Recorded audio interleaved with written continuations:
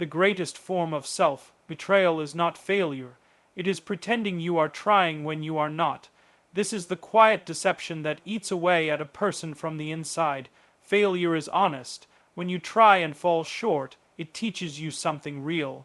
But when you wear the mask of effort, when you decorate your days with the illusion of action while knowing deeply that your heart isn't in it, that is a silent destruction. It's a betrayal of your time, your mind, your potential. Most people are not failing because they are incapable. They are failing because they are lying. Lying to themselves about how hard they are working, about what they are prioritizing, about how committed they truly are. They put effort into appearing committed rather than being committed. They talk about goals, write them down, make plans, post about them, dream about them. But when it comes time to walk, their steps are hollow. It's easier to look busy than to be focused. Easier to keep moving than to move intentionally. Some hide behind routine, mistaking motion for progress. They wake up, tick off tasks, stay productive. But not once do they truly confront themselves. Not once do they ask, am I truly doing what needs to be done, or just what's comfortable? This dishonesty is subtle. It hides in the gap between your potential and your performance. It hides in the decisions made when no one is watching, in the skipped practices, in the ignored hard choices, in the conversations you avoid having, in the moments when you feel the urge to rise, but sit back down instead. And still, you say, I'm trying. But are you? Trying is not about effort that keeps you busy. Trying is effort that brings transformation. The difference lies in intention and courage. Many people work hard to avoid the real work.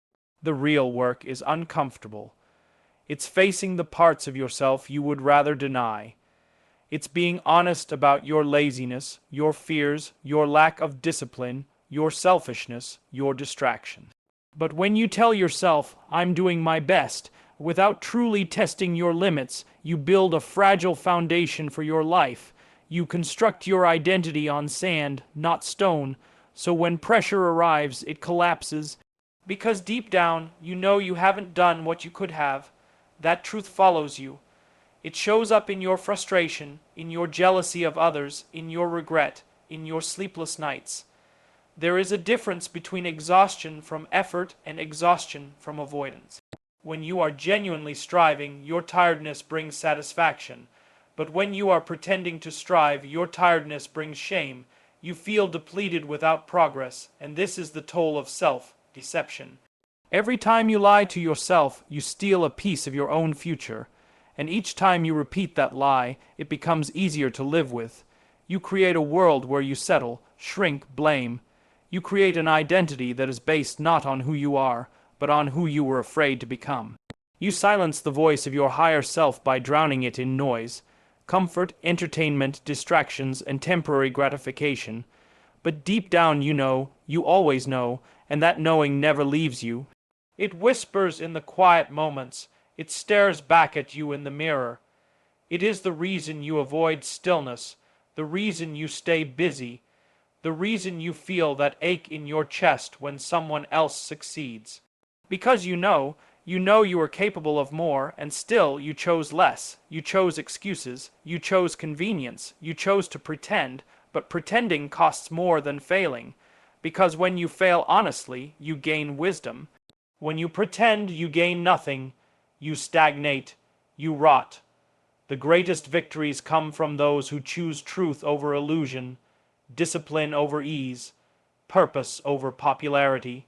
When you finally stop pretending, when you strip away the story and stand naked before your own reality, that is where change begins.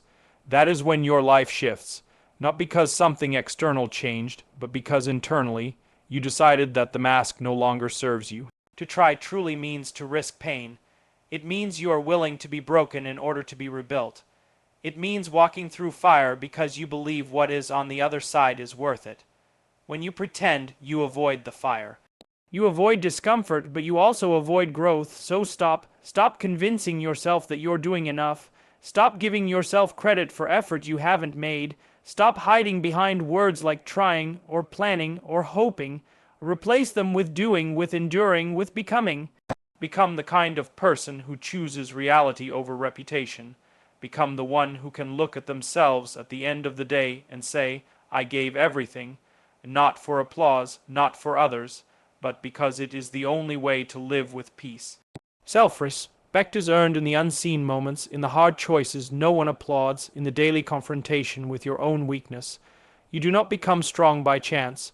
You become strong by choosing truth every day, especially when it's hard, especially when it hurts. There is no shortcut to transformation. There is only honesty, and that honesty starts with one question. Am I truly trying or just pretending? Answer that not with words but with action, because only action reveals the truth.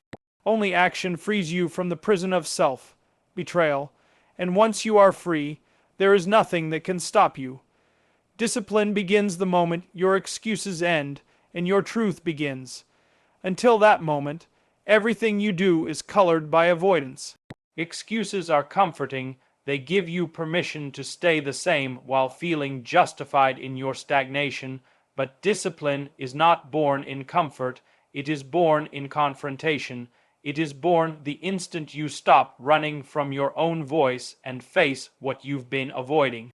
Excuses speak with the voice of fear. Discipline speaks with the voice of truth. And until you learn to silence one, the other can never guide you. Many people wait to feel motivated before they take action. But discipline is not about feelings. Discipline is about decisions. Motivation is a guest. It visits sometimes and leaves without warning. Discipline is a resident. It stays even when it's hard, especially when it's hard. It shows up not because you want to, but because you said you would. That kind of consistency can only grow where excuses no longer exist. As long as you keep telling yourself why you can't, you will never discover what you truly can. People say they want change, but they defend their limitations more than they defend their dreams. They build arguments for their weakness. They become experts at explaining their failures. Every time you tell yourself, I don't have time, I'm too tired, it's too late, you strengthen the chains that keep you in place. Excuses feel like protection, but they are a prison. They shield you from discomfort, but they also block growth. The cost of that comfort is your potential. Discipline is what remains when the noise is gone. It's not glamorous, it's not loud, it's not meant to be admired, it's meant to be practiced. It's the decision to wake up when it's easier to stay in bed. It's the choice to keep going when no one is watching. It's the inner strength to stay committed to something long after the excitement has faded. That strength can only appear when you get brutally honest with yourself. And honesty begins where your excuses end. Ask yourself, what would your life look like if you stopped making excuses? If, for 1 month, you removed every justification, every apology, every but, and if? What if you stopped negotiating with yourself and just did what needed to be done? The answer is discipline. The answer is results. The answer is a version of you that most people never get to meet, not because it's impossible, but because most people never stop lying to themselves. Discipline requires that you build trust with yourself, that you do what you said you'd do, even when you no longer feel like doing it. Every time you break that promise, every time you give in to weakness, you damage your own integrity. That damage doesn't just affect your results, it affects your identity. You start to see yourself as someone who can't follow through, and when that belief settles in, it shapes your behavior. The way out of that cycle is through truth. You must be willing to call out your own lies, to recognize when your mind is trying to trick you into comfort, to realize that the voice telling you to take it easy is not your ally. It is your enemy in disguise. There is a kind of peace that only comes after discipline, the peace of knowing you did not let yourself down, the peace of seeing progress, not because of luck, but because of effort, the peace of standing strong when it would have been easier to quit. That peace is earned, it cannot be faked, it cannot be borrowed, it comes from walking through the fire and emerging whole. But you cannot begin that journey if you are still holding onto your excuses like they are treasures. Excuses are clever, they dress themselves in logic, they sound reasonable, but logic is not always truth. Sometimes truth is irrational, sometimes truth demands you wake up at 4 a.m., sometimes truth tells you to sacrifice comfort for growth. Sometimes truth doesn't give you a reason, just a responsibility. Discipline listens to that truth. It doesn't ask for guarantees. It doesn't wait for the perfect time. It simply acts, because it understands that waiting is just another form of avoidance. You don't become disciplined overnight. It's built brick by brick, decision by decision, and it begins the moment you decide that your excuses are no longer acceptable. You must look them in the eye and say, no more. No more blaming your past. No more pointing to your circumstances. No more pretending that other people have it easier. No more waiting for the right mood. You must decide that you want the truth more than you want the story you've been telling yourself. And that truth is simple. You are capable of more. You always have been. The problem isn't your ability. The problem is your commitment, or rather, the lack of it. And commitment cannot live where excuses thrive.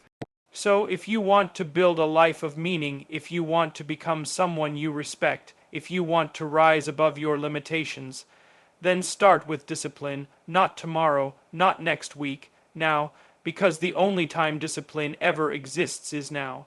It's not a future goal, it's a present choice. You are not weak, you are distracted, you are not broken, you are scattered, and the cure is not found in more time, more motivation, or more comfort.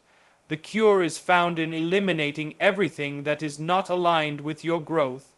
The cure is found in deciding that the price of your dreams is worth more than the comfort of your excuses. When your excuses end, your life begins. When your truth begins, your strength rises. And when discipline takes over, you become unstoppable. Not because the path is easy, but because you are no longer willing to abandon it.